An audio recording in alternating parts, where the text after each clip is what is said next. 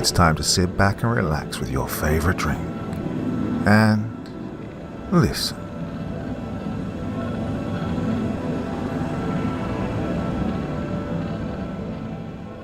My hometown was erased from every map in 2010 by Alias Reads.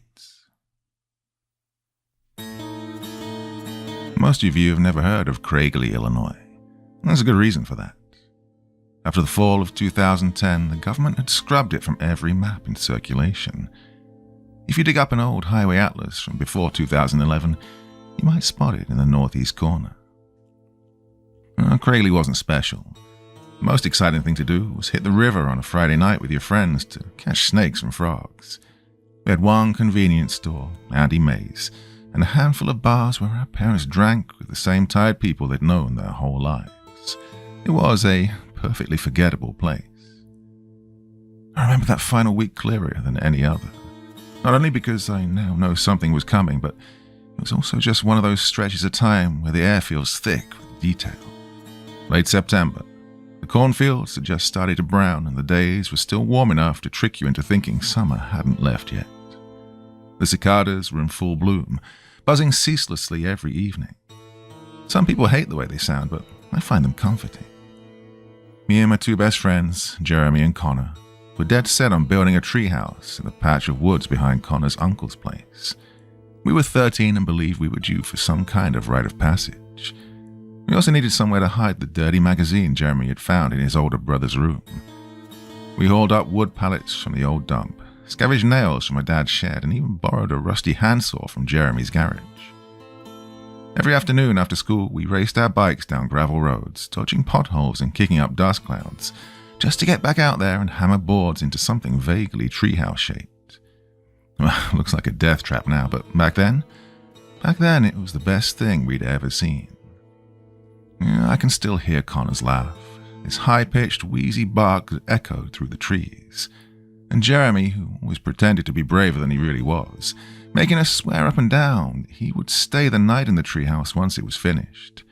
Spoiler, we never did. Well, they never did. That Friday, we all chipped in for gas station pizza and grape soda and camped out on the floor of Connor's basement. We stayed up late playing Halo and eating stale Halloween candy from the last year that Jeremy insisted was still good. Most of it was hard as a rock, but a few things kept rather well. It was the last normal week I ever had. Not perfect, just normal. School was out, home was a mix of nagging chores and microwave dinners, but those last few afternoons with my friends still live somewhere in me, like an old cassette tape that only plays when I'm too tired or too drunk or can't sleep. We had no idea we were living in the last quiet moments Craigley would ever see. The first thing I remember being off was the cicadas. They stopped buzzing, just like that. On Monday, I was walking home alone after having Jeremy scrape some glue off his jeans. Long story. And I realized it was quiet. Not silent, not dead. Just missing something. That someone had turned the volume down on the town. Well, the crickets were still doing their thing and the wind still ran through the corn. But there weren't any cicadas. Not a single buzz. I stood in my driveway and stared up at the tree line, half expecting to see a swarm of the little bastards, but nothing. I didn't think much of it at the time. I figured maybe a storm was coming and they tucked in somewhere safe for the night. But in hindsight, that was the first thread pulling loose. The next one came on Tuesday, and it was even easier to ignore. Connor's dog, Rigsby, started acting weird. He was an old blue heeler, half blind and meaner than the devil, but he usually kept to himself unless you got too close to his food bowl. That afternoon, though, he wouldn't stop barking at the woods. Just sat at the edge of the backyard, tail stiff, ears forward, heckles up. He didn't move for hours, not even when Connor's mom threw a slipper at him from the porch. When I asked about it, Connor just shrugged and said maybe a raccoon got in the trash. But I knew that bark. Maybe it was instinct, or maybe it was knowledge born from empathy. Whatever the reason, I knew it wasn't angry. It was nervous. Like he saw something out there he didn't understand. That night, the cicadas didn't come back. And the air felt too open without them, too raw. I tried to tell myself it was just a coincidence, but that's the thing about Craigley.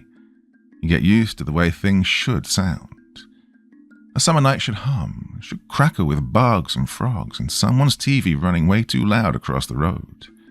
And that Tuesday night, it's just the wind and the occasional creak of the house settling, nothing else. I remember lying in bed with the window cracked open, listening, waiting, hoping to hear that high, dry buzz pick back up. But it never did. I just heard the breeze blow past the house, rustling the leaves of the trees in my yard. On Wednesday, Mr. Danner didn't show up to teach shop class. Now, that man hadn't missed a day in 20 years. The whole school used to joke that he was welded to his chair. Principal Hernandez said he came down with something and will be out the rest of the week. That wouldn't be the last time we heard those words. Came down with something. Jeremy leaned over and whispered that he bet Mr. Danner got buttworms from eating at that weird diner out by the highway. I laughed at the time. We all did. But the truth is, nobody ever saw Mr. Danner again. Well, Jeremy, Connor, and I had been inseparable since second grade.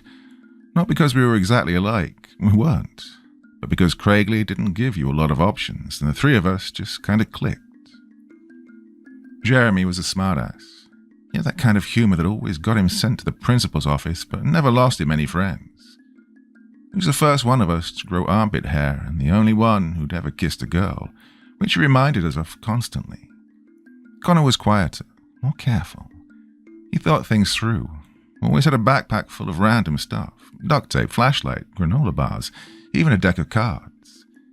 We used to joke that he was prepping for the end of the world before we even knew what that meant. And me, I guess I was the one in the middle. I never started the ideas, but I helped finish them. I was the one who smoothed things over when Jeremy pushed too far or when Connor started spiraling out about whether his mom would notice we stole another roll of duct tape. We were our own dumb little triangle. If one of us was missing, the shape didn't hold right. That Wednesday after school, we ditched our bikes and just walked the long way home. Gravel stuck in our shoes, the heat lifting off the road in wavy lines. Jeremy tried to tell us this ridiculous story about how his cousin in Springfield said there was a bear sighting in town. I mean, like an actual bear just walking around near the post office. Connor rolled his eyes and kept walking, but I played along. Said we should build traps for it, maybe lure it with the half-eaten gas station burrito Jeremy still had in his backpack. We ended up back at the tree house, though. It still wasn't finished, missing a wall and no roof, but we sat up there anyway. Legs dangling off the edge, watching the sun go down over the corn. Someone had brought a radio when we passed it around, tuning through static and snippets of country songs and commercials. For a moment, it felt like we were suspended in amber. That sweet, dumb kind of moment you don't realize is important until it's already behind you. We didn't talk about the missing cicadas, or Mr. Danner, or Rigsby growling out at the woods. No, we just sat there together while the sun painted everything gold and the sky faded from orange to violet. And for the last time in my life, everything felt right. Jeremy's house was on the far end of town, so his mom drove us all the way back once the sun dipped past the tree line. She had one of those old minivans where the sliding door stuck and made a noise like a dying goat when it opened. Connor lived out past the silos, so he got dropped off first. I was last, like always. My place sat just a few streets off the highway, tucked between two empty lots full of weeds and rusted-out junks someone probably meant to haul away 20 years ago. Mrs. Vicks waved at me through the mirror, told me to say hi to my mum, and then peeled off with her headlights bouncing along the road ahead. I stood in the gravel driveway for a second, watching the van disappear down the street, and then turned and walked inside. The front door was cracked open, and the screen creaked when I pushed through. I could hear my parents talking in the kitchen, not arguing, but not casual either. That low, stiff tone adults use when they don't want kids to hear. I stopped just inside the hallway and leaned against the wall, just out of sight. Not just him, my dad was saying. They found something near the river too. Coyote, I think. But it was torn up. Not like a car hit it, more like it exploded. My mum's voice came next, quiet and uneasy. So, what are they saying? That it's a person doing this? Well, I don't know. Could be animals acting weird. Could be kids. Mr. Danner's wife said he was bleeding from the nose the night before he went missing. Just sitting at the kitchen table with a puddle under his... He stopped. I must have shifted, or maybe the floorboard creaked because my mum suddenly called out, "Honey, is that you?" I stepped round the corner and tried to act casual. "Yeah, just got back." They both looked at me a little too directly. My dad cleared his throat and opened the fridge, like nothing had happened. My mum's smile flicked on like a light switch then. "Oh, we saved you a plate," she said. "Spaghetti and beans." Dinner was quiet. My dad kept checking his phone like he was waiting for something, and my mum asked me how my day was with the kind of bright voice people only use when they're trying to steer you away from something else. I told her it was good. I didn't mention the cicadas, or Rigsby, or the way Connor stared into the trees like he was trying to read something written in the dark. I took my plate to the sink, rinsed it off, and headed to the bathroom. The house felt heavier than usual. I mean, not quiet exactly, but dense. I brushed my teeth and then headed to bed without turning on the TV. I left the window cracked again, still hoping maybe the bugs would come back. Maybe something would return to normal. But that night, a new sound found its way through my window. Knowing what I know now, I still get a shiver up my spine when I think about it. At the time, it was just a rhythmic, harsh whistling, faint and distant, fading in and out. It reminded me of rusted metal shifting in the wind, not loud but steady. I figured my dad must have knocked something over while doing yard work, maybe an old ladder or a scrap of tin brushing against the fence. It didn't stop for a long time, but the rhythm was soothing in the absence of the cicadas. I woke up the next morning to the sound of quiet voices. They weren't angry, just hushed. The kind of talking people do when they think you're still asleep and don't want you to hear what they're saying. I sat up in bed and blinked against the coming light through the curtains. My room felt stale, like the air hadn't moved all night.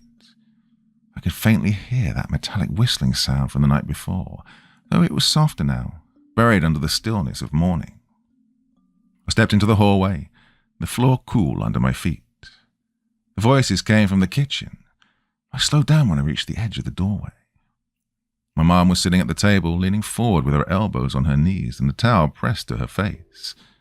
My dad stood behind her, phone in one hand, car keys in the other. And then my mom looked up, and I stopped cold. God, her eyes were bloodshot. They were so red they barely looked real. The whites were laced with angry veins and darker around the edges. Her sky-blue eyes cast a stark contrast. The towel she held had a smear of something dull and reddish-brown. Well, she tried to smile, but it just made her look worse. "Mom?" I asked. "What happened?" She lowered the towel a little and waved me off. "Oh, nothing, sweetheart. Just some kind of reaction, probably allergies. Your dad's taking me to get it checked out." "Fairfield," my dad added, "just to be safe. You got better equipment there.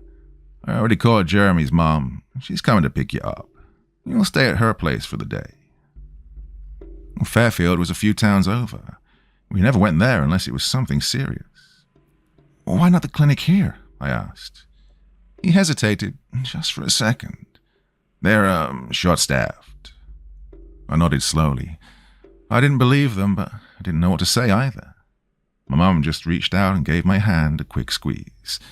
Her fingers were damp and cold. "We'll be back before dinner," she said. "You be good, okay?" I watched them leave. The screen door gave a tired creak as it swung shut behind them, and a moment later the car eased out of the driveway and disappeared past the neighbor's mailbox. Once they were gone, the house felt different. Bigger, but not in a good way. Like it was holding its breath. I didn't want to move. I sank into the couch, listening for the sound of Jeremy's mom pulling in. Part of me thought about going out back to check on whatever had been making that noise all night. Well, I almost did. I even stood up and started toward the back door. But then I stopped. It wasn't fear exactly, more like a gut-deep instinct that keeps you from putting your hand on a hot stove. You don't have to think about it, your body just knows. And the sound was still out there, soft and strange. Something like a slow whistle dragging in and out, almost like someone with asthma breathing through metal straws. Well, I stared at the fence line for what felt like forever, waiting for something to move behind it. But nothing did. By the time Jeremy's mom pulled it back into the driveway, the noise was gone. She knocked once, but didn't wait for me to open the door before letting herself in. "Hey there, kiddo," she said, keys still in her hand. "You all packed?" I wasn't ready, not really, but I nodded anyway. Grabbed a backpack from the hook by the door and threw in the basics. Toothbrush, clean shirt and jeans, phone charger. It didn't take much else. Felt like the kind of trip where you don't need much, or maybe like bringing more would have made it real in a way I didn't want it to be. As we pulled away, I looked back at the house. The screen door bounced against the frame and settled shut, just visible in the rearview mirror. I found myself thinking about that sound again, that eerie, rusty whistle from the night before, the way it dragged through the quiet, clawing for attention. I told myself I'd check it out later once the others were around. Safety in numbers and whatnot.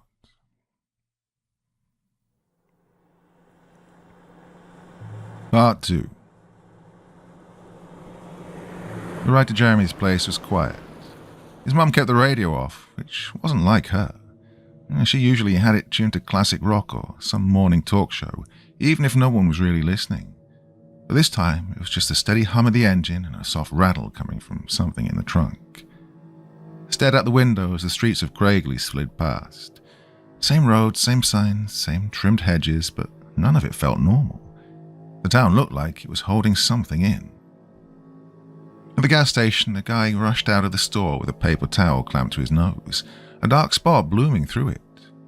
He climbed into his truck fast, leaving the door hanging open until he yanked it shut with enough force to shake his vehicle. A few blocks later, we passed two women standing at the edge of their driveway, arms crossed tight against their chests. One of them kept glancing over her shoulder at the house, like she was worried about something inside.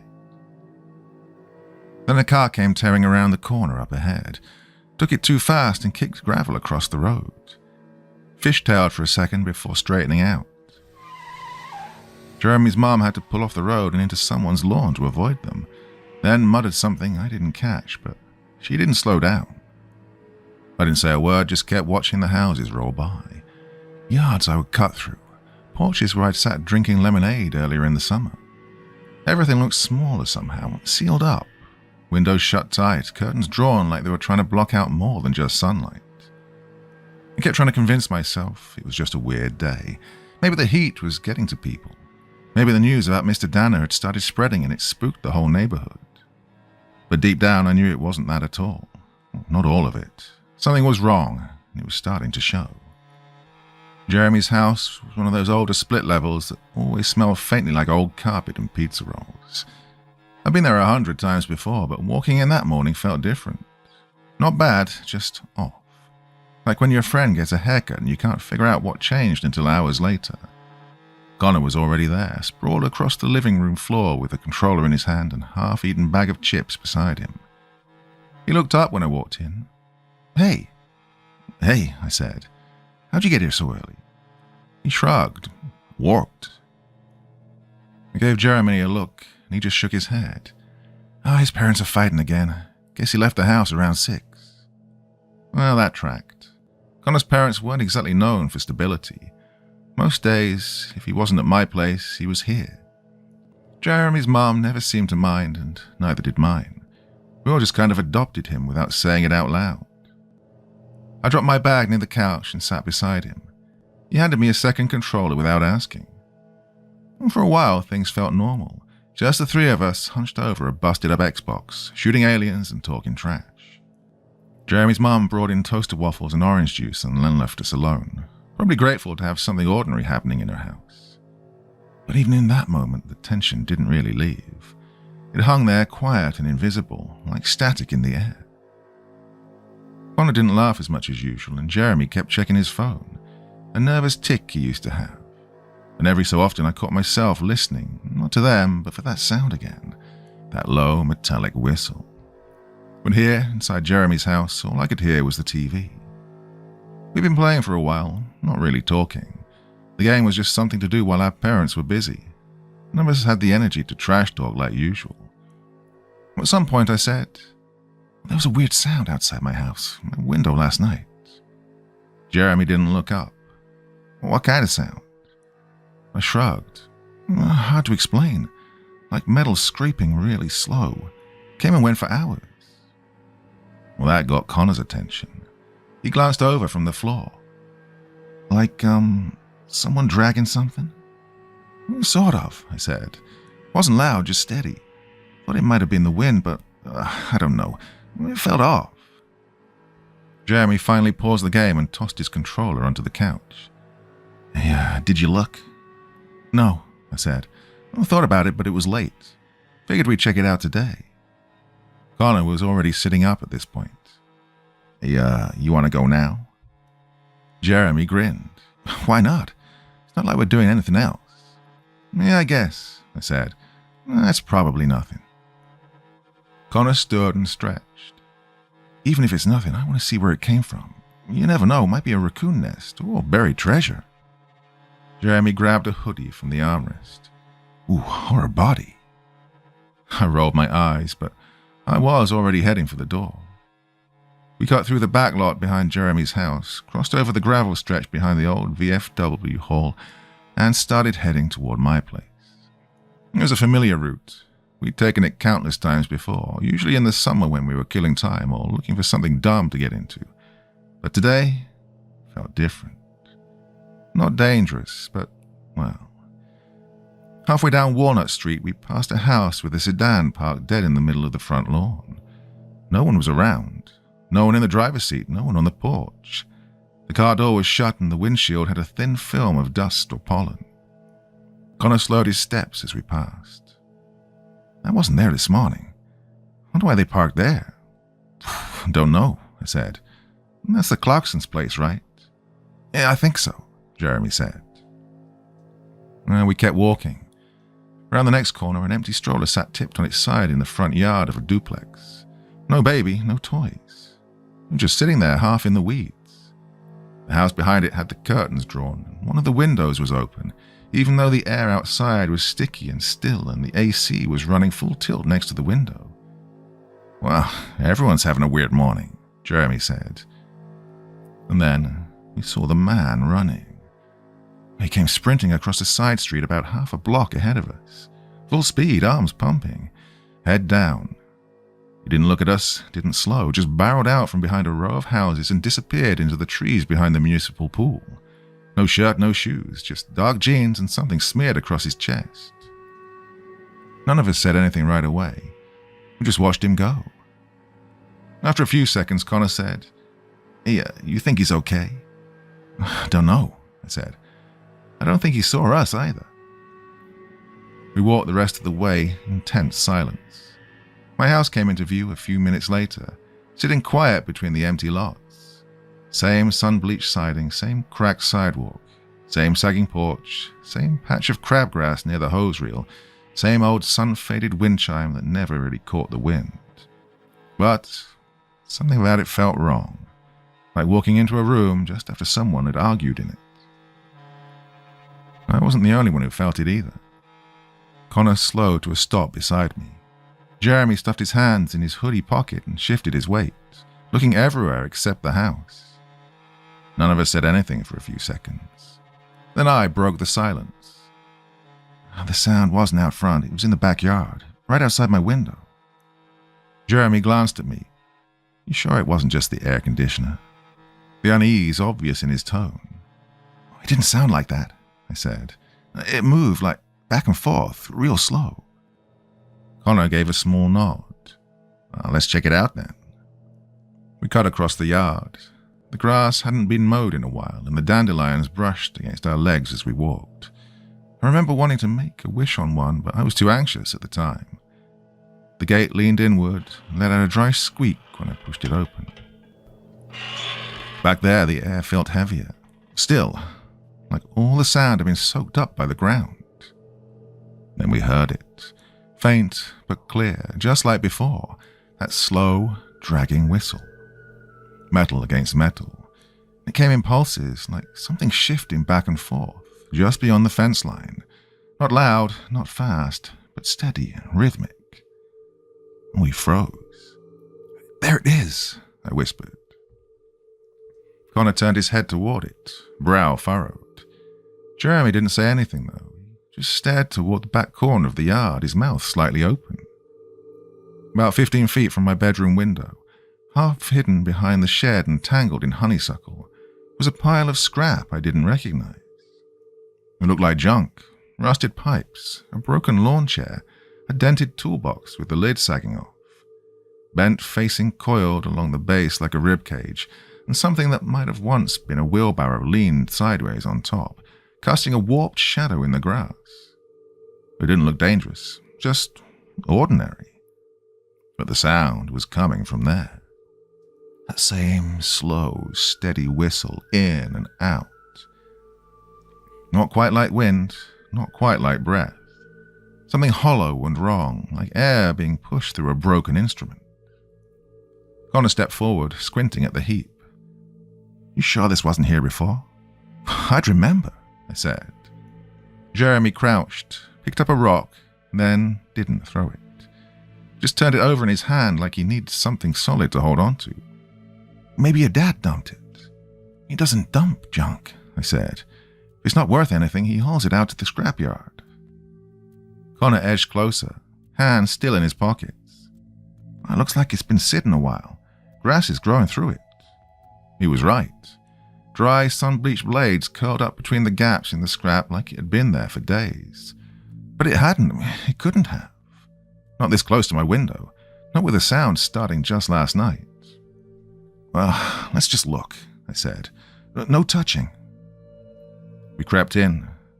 5 feet, maybe less. Well, the whistle didn't stop. Then something shifted. Not in the metal, but in us. Like the air changed pressure. Like we'd stepped into a room we weren't supposed to be in. That prickling sensation down the back of your neck, low and ancient, like every part of you knows to leave before your mind catches up. The sound kept going. Inhale, pause, exhale. That thin, wheezing whistle, almost wet. Connor crouched near a flattened fence post and scanned the edges. "I don't see anything moving," he said, but his voice was tight like he was forcing it through a throat gone dry. Jeremy didn't speak. His jaw was clenched, and his hands were fists. I took another step forward, then one more. Ugh, the smell hit me. It wasn't strong, but just sharp enough to notice. Like old pennies left out in the sun. That metallic sweetness you only get when you're around blood. "Oh, this doesn't feel right," I said quietly. Connor straightened up. "Yeah," he murmured. "It really doesn't." Nothing in the pile moved. Nothing breathed. But the longer we stood there, the louder that whistle seemed. Not in sound, but in presence. Like it wasn't near us anymore, but more like it had circled around and was standing behind us. Then the wheelbarrow shell slipped. Toppled sideways with a rusted screech. Crashing down onto the lawn with a heavy clang. All three of us jumped. Jeremy cursed under his breath. Connor took a full step back. The sound rang out across the yard, sharp and unforgiving. And the pile remained, but now broken up. A tangle of wire and pipe peeled away just enough to show us what was inside, and to our utter horror, we saw the twisted and blood-slicked body of Mr. Danner, folded in the middle of the heap like someone had packed him there and didn't care if he broke. His arms hung limp at his sides. One leg was bent beneath him at an angle that didn't make sense. His skin was wet with blood and something darker, thicker, seeping out of gashes and pulsing beneath his skin like trapped worms. His shirt was shredded and soaked. Rust flaked off him like it was part of him now. One shoe was gone. And he was breathing. That awful, rattling whistle. It was coming from him. His chest hitched. The whistling stuttered, and then it broke into a shriek so wet and high it sounded like metal being peeled apart with bare hands. It echoed off the shed and scattered across the yard like shrapnel. And then he lunged. His whole body jerked forward, too fast and loose, like his limbs weren't entirely under his control, like something was pulling the pieces of him along for the ride. He reminded me of an octopus looking back on it. The scrap pile collapsed behind him as he burst out of it, flinging blood, rust, and wire. And for one horrible second I thought he was going to reach us. But his foot slipped, vanished under him in the mess of oily blood and vines, and he crashed sideways into the dirt. His arm whipped out as he fell, and a thick streak of blood snapped across the grass in a dark Icarus arc. The blood hit Connor and splattered across his jeans. It was dark, almost black, and something about it was inherently wrong. It seemed too thick, too still, like it shouldn't be there. It soaked into the fabric slowly, sticking to the denim.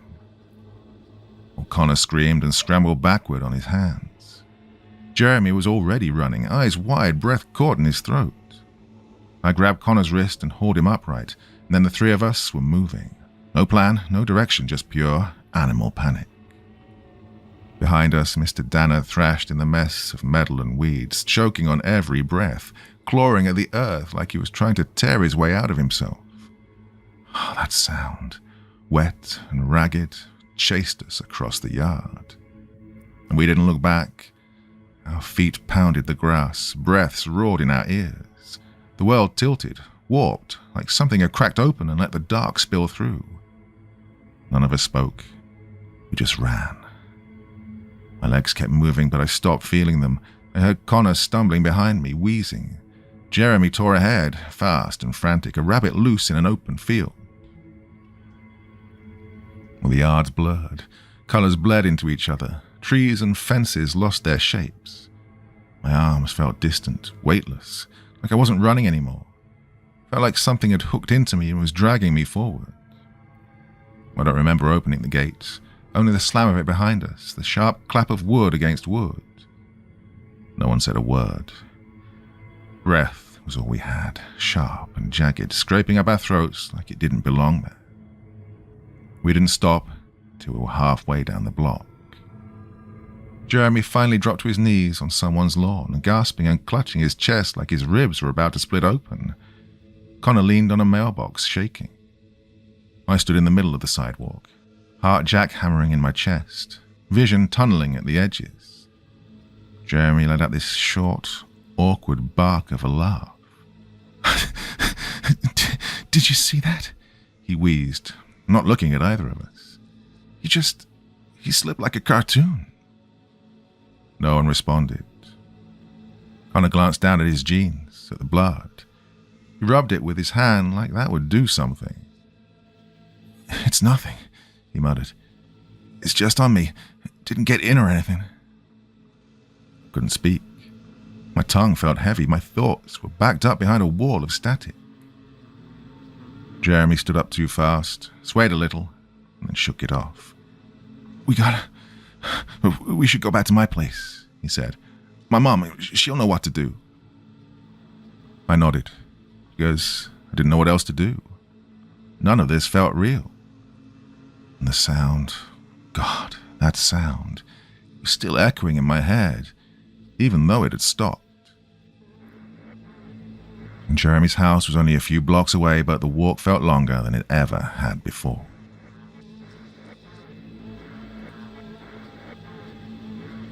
Part 3. None of us said anything after the first burst of adrenaline had thinned out. Our steps were uneven. We kept looking at things we didn't need to, mailboxes, door handles, yard decorations.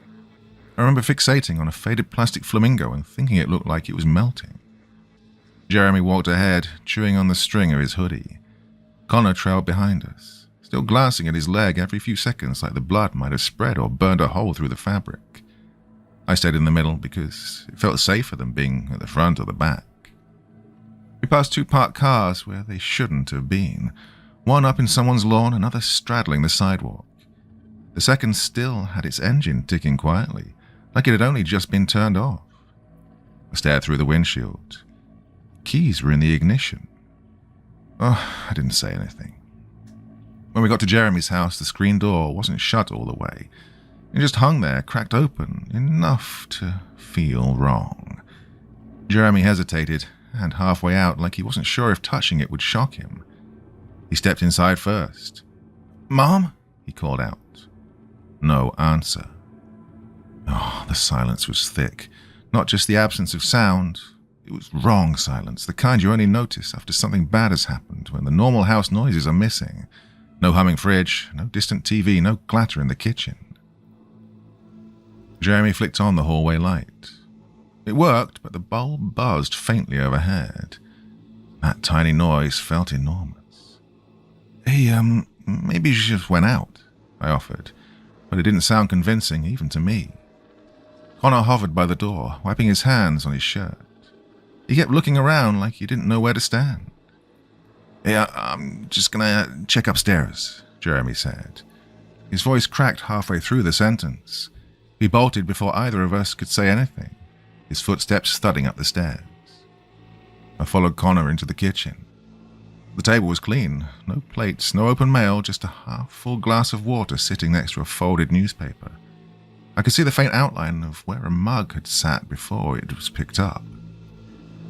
I didn't know what else to do, so I turned on the faucet and grabbed a dish towel from the drawer. I wet it and started wiping the blood off Connor's jeans. He didn't stop me. He just stood there, staring down at his leg, blinking slowly like he wasn't fully inside himself. "I don't think it's yours," I said, dabbing gently at the dark smear. "It's sticky." Connor nodded, just once. "I feel like I'm dreaming," he muttered. I wanted to agree, but I didn't want to lie. It felt too real for dreaming, too textured. Jeremy came back downstairs after a few minutes, moving slower than before. His face was pale. "She's not here," he said. "Her purse is, though." We all just stood there for a moment. The silence had turned into something jagged and alive. Then Jeremy crossed to the fridge and opened it. Didn't grab anything, just stared inside for a long time, his eyes drifting from shelf to shelf like he'd never seen food before. "God, I think I'm going to throw up," he said quietly. And he didn't. I turned away, my eyes catching on a single spot of blood on the floor. Just a drop. Dried, almost brown. My stomach lurched, and suddenly I couldn't stand to be in the kitchen anymore. "Hey, let's go sit down," I said. We drifted into the living room like sleepwalkers, dazed and silent. I sank into the couch without thinking. Jeremy dropped into the recliner and buried his face in his hands, rubbing at his forehead like he was trying to wipe something away. Connor just stood there for a second, staring at nothing, then slid down the wall and sat on the floor, his back pressed to the paint, eyes glassy and far away. And for a long time, none of us said anything. Then Jeremy mumbled, "What if he dies?" "Mr. Danner?" Connor asked. I didn't answer. I didn't want to think about Danner or his breathing or the way his eyes had looked at me like he knew.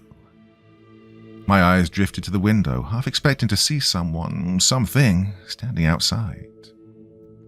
Well, there was nothing. Just the empty street, not even birds. And the quiet stretched out like it was trying to suffocate us.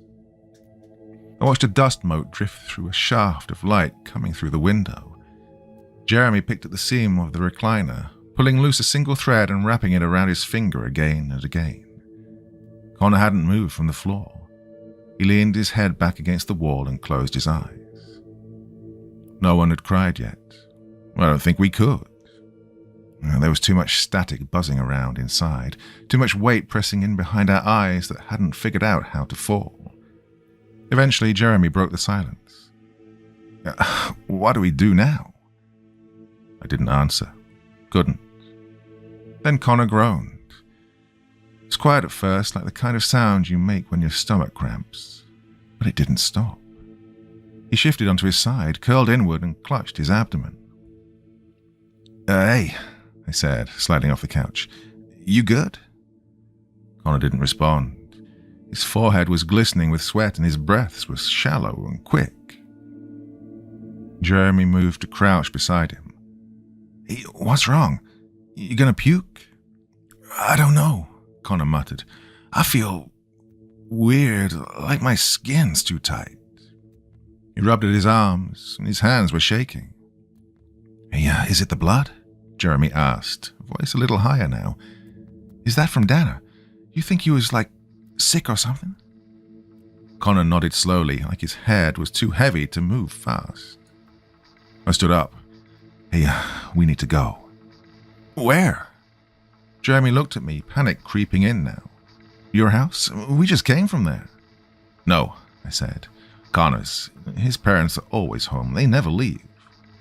"Yeah, but they don't even have a—" "I know." I cut him off. "That's why. If anyone's still around, it's them." Jeremy hesitated, then nodded, biting his lip. Connor groaned again, louder this time, and pushed himself unsteadily to his feet. God, his eyes were glassy, and he looked like he might tip over at any moment. I looped an arm around his neck. "Hey, come on. We'll go slow." Jeremy opened the door. The light outside felt too bright after the stale hush of the house. Well, we stepped into it anyway. We didn't run this time, just walked, slow and uneven, like we were carrying something fragile between us and couldn't afford to drop it. The air outside felt staler than ever. Not hot or cold, just wrong, like it had been recycled too many times and had lost its edge. Jeremy kept glancing down the street, shoulders twitching at every sudden movement. "God, I hate how quiet it is," he muttered. It wasn't really quiet, though. There were still sounds, just not what we expected. A dog barked somewhere in the distance, high-pitched and frantic, and then silent. We passed an open car door, swinging slightly on its hinge like someone had left in a hurry.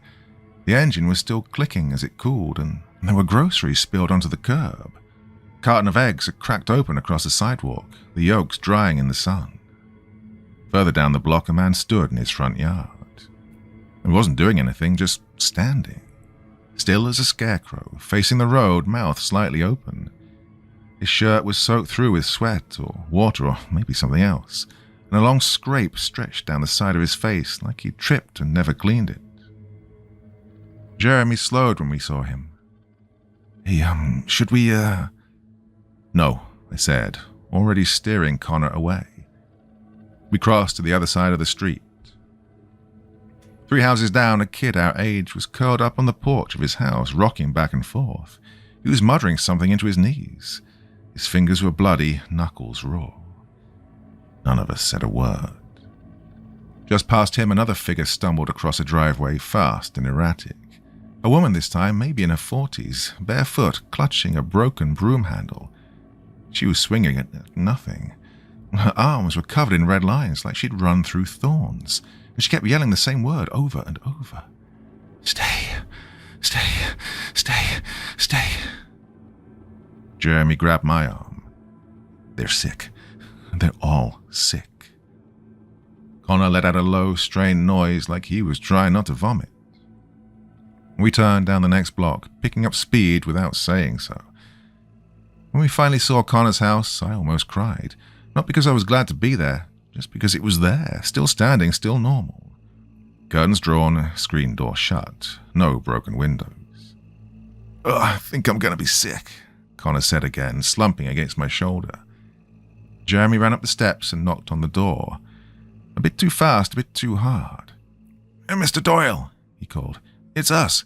It's Connor. Can we come in?" No answer. He knocked again. "Mrs. Doyle." Still nothing. I looked at Connor, and his lips were pale. Sweat soaked the collar of his shirt. His hand was pressed tight to his stomach like something inside was moving. Then the screen door creaked open with a light push, groaning just enough to make the hair on the back of my neck stand up. Inside the house was dark. No lamps, no hallway light, nothing. But the TV was on. Its pale glow flickered across the living room, casting shaky shadows on the walls. And something was playing. I couldn't tell what at first, just the low murmur of dialogue and the shifting of images, like the remnants of a life still going through the motions even after everyone else had left. Jeremy rattled the doorknob again, harder this time. God, it's locked. Of course it is, I muttered, trying not to let panic bleed into my voice. Let's check the back. We helped Connor down the porch steps, one of us on each side, practically carrying him now. God, he was burning up, sweat through his shirt, mumbling to himself in broken pieces that I couldn't quite catch. His legs weren't working right. He wasn't walking so much as dragging along behind us, stumbling in rhythm with our steps. The gate to the backyard creaked open and the hinges moaned. Everything back there looked unsettlingly normal. 2 lawn chairs sat facing the garden untouched. A brittle plastic kiddie pool lay flipped over in the grass. The grill cover flapped against the wind, snapping faintly. The hose was coiled like a sleeping snake on its mount. Nothing broken, nothing strange. Everything was just wrong, like walking into a photo of a place instead of the place itself. Jeremy rushed up the sliding door and pulled hard. Yeah, it's locked too, he said, stepping back with a frustrated breath. Before I could answer, Connor let out a harsh, gagging sound and collapsed to his knees in the yard. I turned just in time to see the blood spill from his mouth. Thick, dark, and sudden, it splattered the grass in wet ropes, steaming slightly in the sun. He heaved again and more came, drenching the front of his shirt, dribbling down his chin. The grass around him was soaked in seconds. Jeremy stumbled back a few steps, hands over his mouth. Oh God, what the hell? I dropped beside Connor, knees hitting the dirt, heart pounding like it was trying to crack my ribs from the inside. Connor, I said, grabbing his shoulder. Connor, look at me. His head turned slowly, like it weighed too much for him to move, and his eyes locked onto mine. Oh, they were marbled red, burst blood vessels staining every inch of white like shattered glass under skin. They shimmered wetly in the light, glass seemed broken, and so full of something that looked like grief it made my stomach twist. His bottom lip started to quiver, and then he broke. The sobs hit all at once, loud, guttural, uncontrollable. He dropped his head and screamed into the dirt, fists pounding the ground so hard I thought he'd break his knuckles. His cries weren't soft or human-sounding. No, they ripped out of him, raw and cracked and full of something too big for any of us to hold. I don't want to feel like this, he cried. I don't want... He choked on the rest, coughing up blood, the words coming out sticky and wet. Jeremy hovered behind me, wide-eyed and pale, effectively paralyzed. His lips were moving, maybe trying to say something, but no sound came. I didn't know what to do. I just stayed there, my hand on Connor's back as he convulsed and wailed into the grass. All I could think about was my mom's eyes, the way she wouldn't meet mine that morning, the way she'd never said goodbye. And now, this. Connor's crying didn't stop, it just changed, from those deep guttural sobs into something thinner, more ragged. His voice cracked over itself until it wasn't words anymore, just sharp exhalations, panicked and wet. He clutched his stomach and rocked forward, breathing fast through his teeth. I tried to steady him, but he jerked away like my hand was burning him. His eyes were wild now, red-rimmed, twitching, like he was trying to focus but couldn't get the world to stay still long enough to hold on to it. Jeremy crouched down beside me, carefully, like approaching a wounded animal. I've got to get him inside. We can call someone. Maybe the TV, maybe there's something on it. News or anything. It's locked, I reminded him. We already tried. Jeremy looked toward the back windows, then toward the fence. Garage, he said. You think it's open? Before I could answer, Connor let out a sharp bark of laughter, sudden and loud. It didn't sound like him. It was too high and strained. He wiped blood from his mouth and smeared it across his cheek like war paint. You didn't hear it, he said. Hear what? Jeremy asked, his voice cracking. Connor turned toward us, face slackening into something oddly peaceful. His breathing had slowed, but not in a good way. It was deliberate now, measured, like he was bracing for something. The muscles in his neck jumped beneath the skin, and a slow tremor moved through his hands. "Oh, don't feel good," he whispered. Then he blinked a few times, slowly, and something about his expression folded in on itself. I took a step back. "Connor," I said, trying to keep my voice steady. Hey man, you still with us?" He didn't answer. He just stared. And then his whole body trembled, tensed, and then he lunged.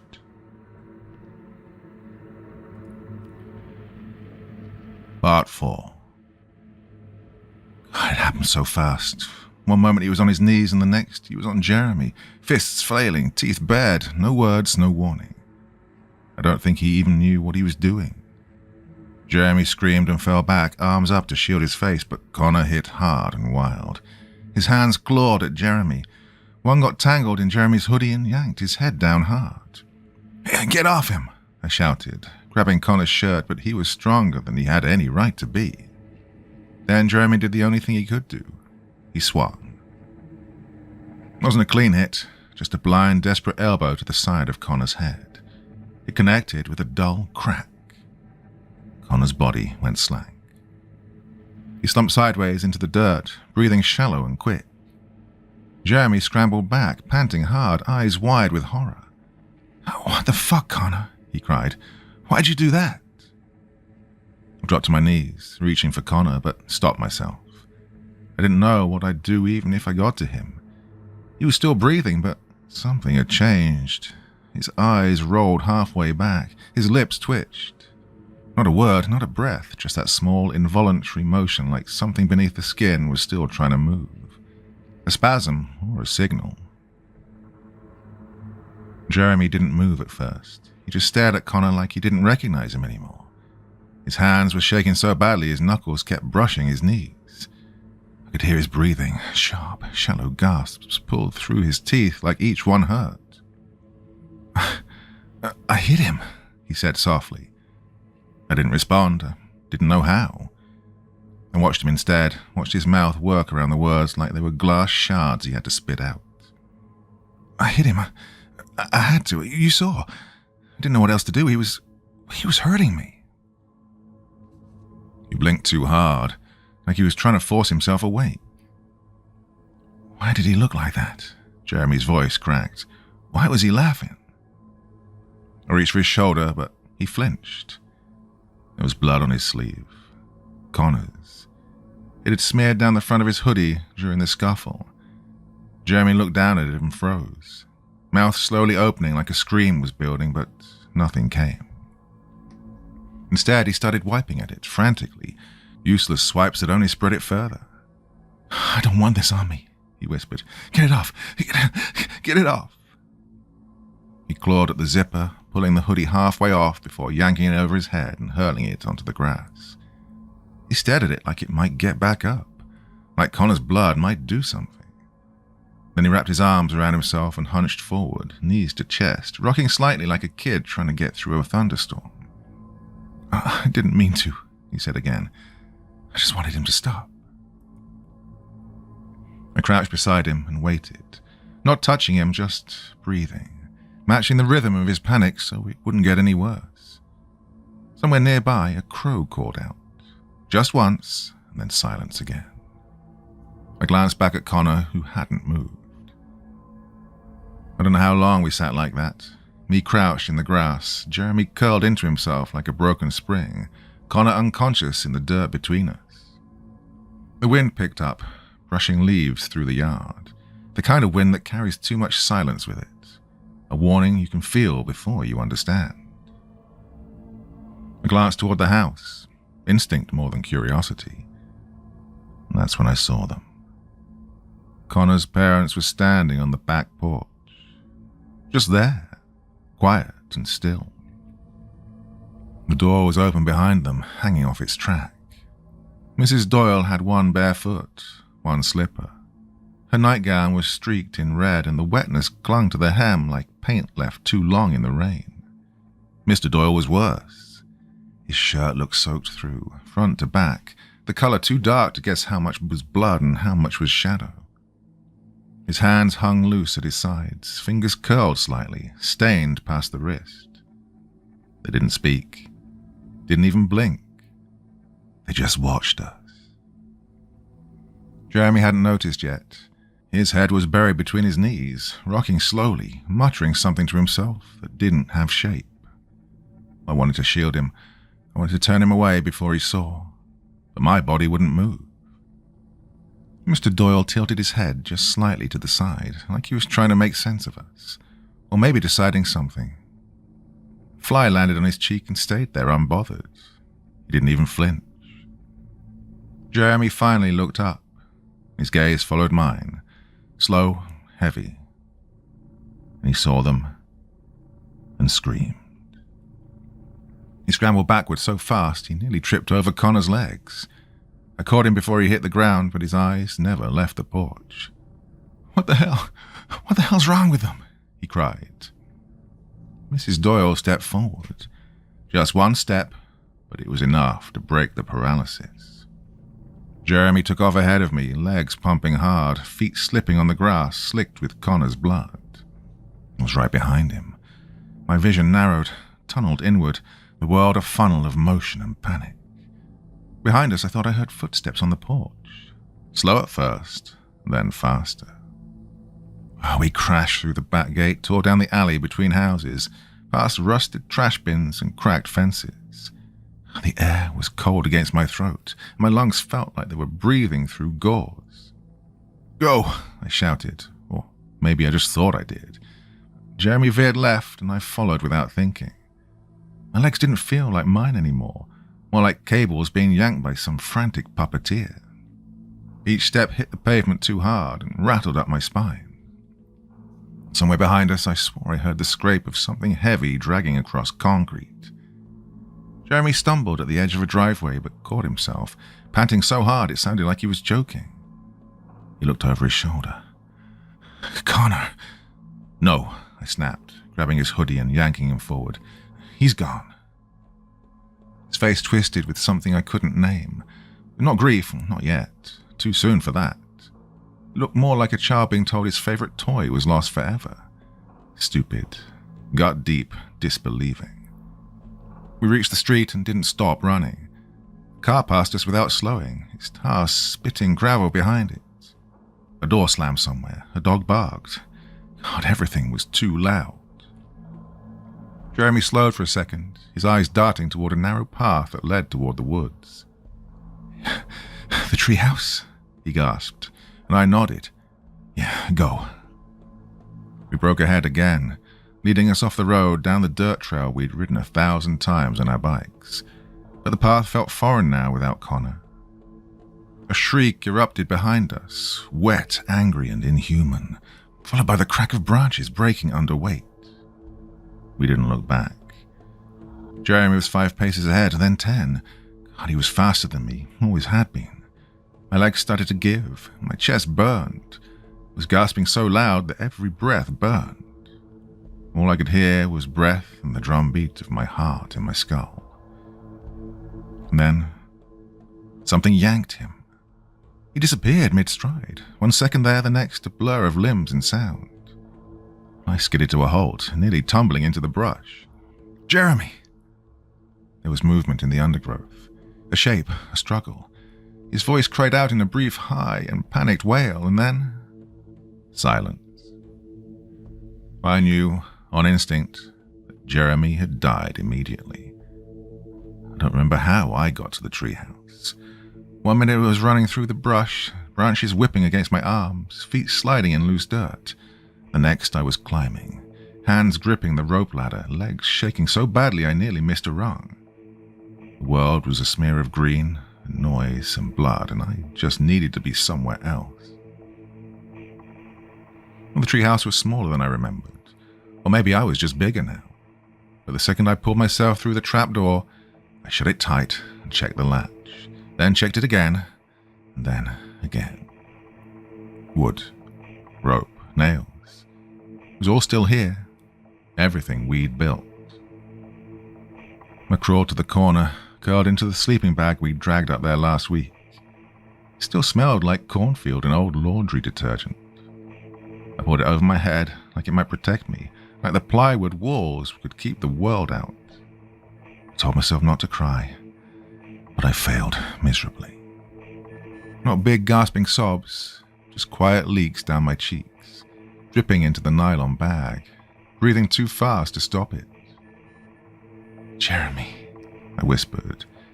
Just his name, just to hear it out loud. But the silence that answered was thick, like the whole world had turned its back on me.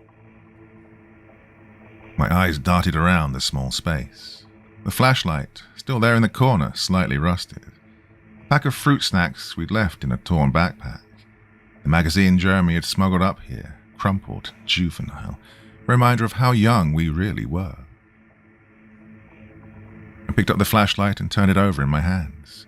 Flicked it on, off, on, off. Then held it tight like a lifeline. I pressed my forehead to the floor. It was sticky with sweat, or tears, or both. Outside, the wind picked up again, but there were no cicadas, no birds, just the creaking of the tree limbs holding me up, cradling me, swaying. I stayed that way for hours, wrapped in old fabric and childhood, shaking in silence, wishing I could unsee what I'd seen, wishing I'd run faster, wishing I'd never come home. At some point I must have fallen asleep.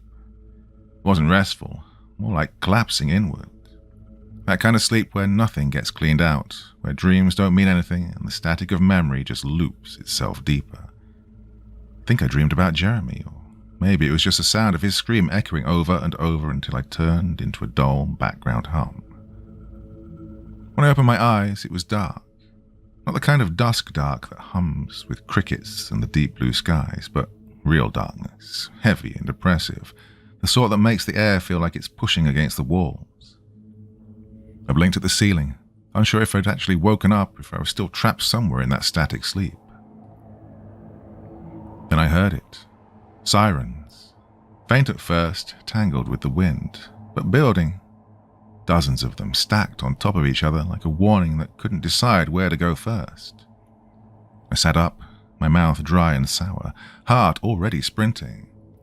The blanket slipped from my shoulders as I fumbled for the flashlight, clicked it on out of instinct, then immediately shut it off. Even that small beam felt like a spotlight. And then the gunfire started. Not chaotic, but sharp, rhythmic and professional.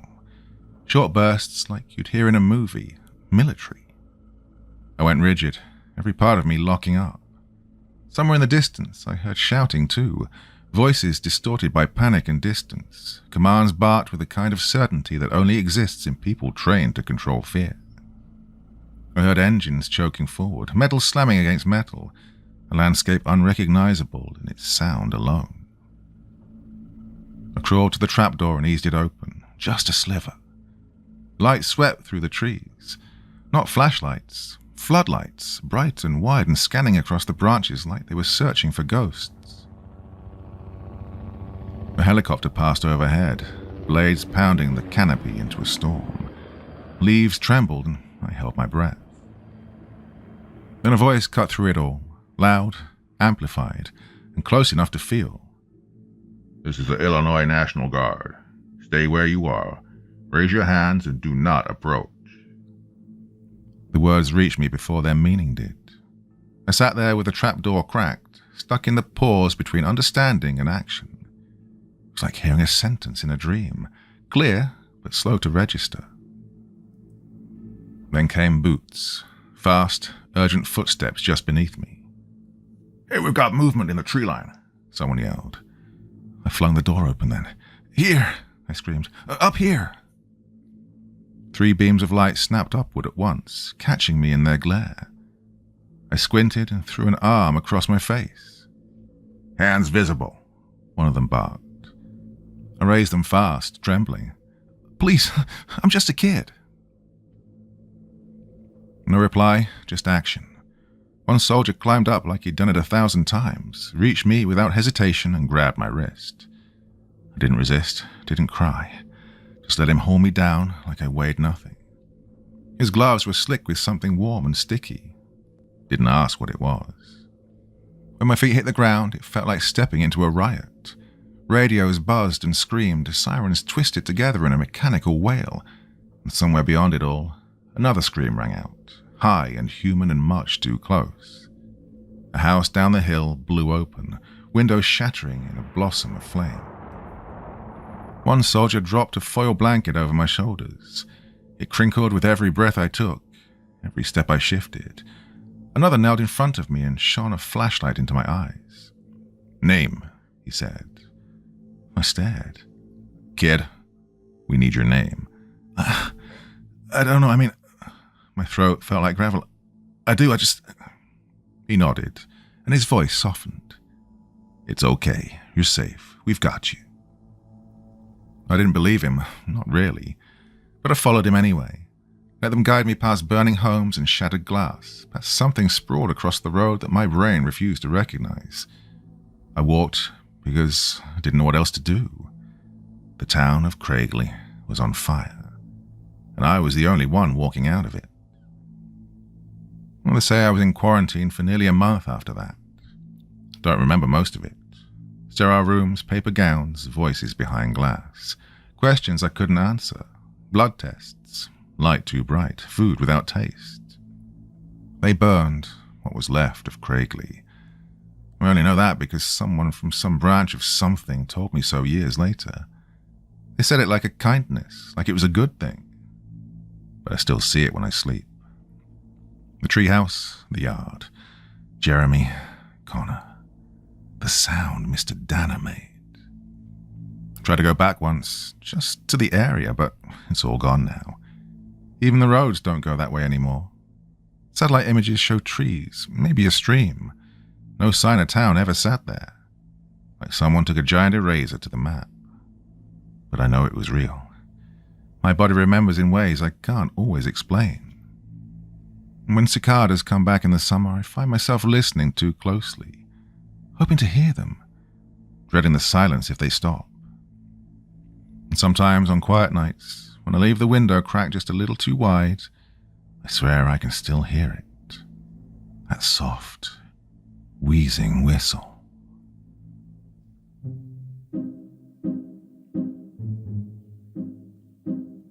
So almost in the same vein of these zombie stories I've been doing recently, but not quite. Anyway, government conspiracy stuff, always love that as well. So, yep, thoughts, feelings, anything else you want to say in the comment section below the video, and as always, I will do my best to join in the conversation. So that was again some old footage of mine from back before my GoPro was nicked. Still got quite a few things, and I'm really glad to have not been doing the AI stuff. Quite liked it, quite like, composing bits and stuff and putting it together, but the overwhelming feeling was no, go with your own footage, so that is what I've been doing for the last couple of weeks. So, hope you're enjoying that as well. Anything you want to say about that, of course, I'm always open to having a nice discussion about anything to do with the videos I make. Okay, that was a big one. Did that all pretty much in one recording session, so you can tell, I think, because I'm waffling on again. Okay, back again with a podcast tomorrow, and I'll be back again here on Friday night with something similar to this. So, see you all again soon, I hope. Till then, my dear friends, you all sleep well, yeah? Thank you so much for taking the time to listen to this story today. Really means a lot to me and to the author of the story, of course. Well, if you want to know more about me, I'm pretty much everywhere on social media. You can find me on Facebook, Twitter, Instagram. You can download my music on SoundCloud. I've got a Patreon if you feel like. Throw me $1 or $2. Very much appreciated. And of course, on Reddit, I have a place where you can leave stories if you want me to read one that you've written. Well, hoping to see you all again very soon. Till then, sweet dreams. Bye-bye.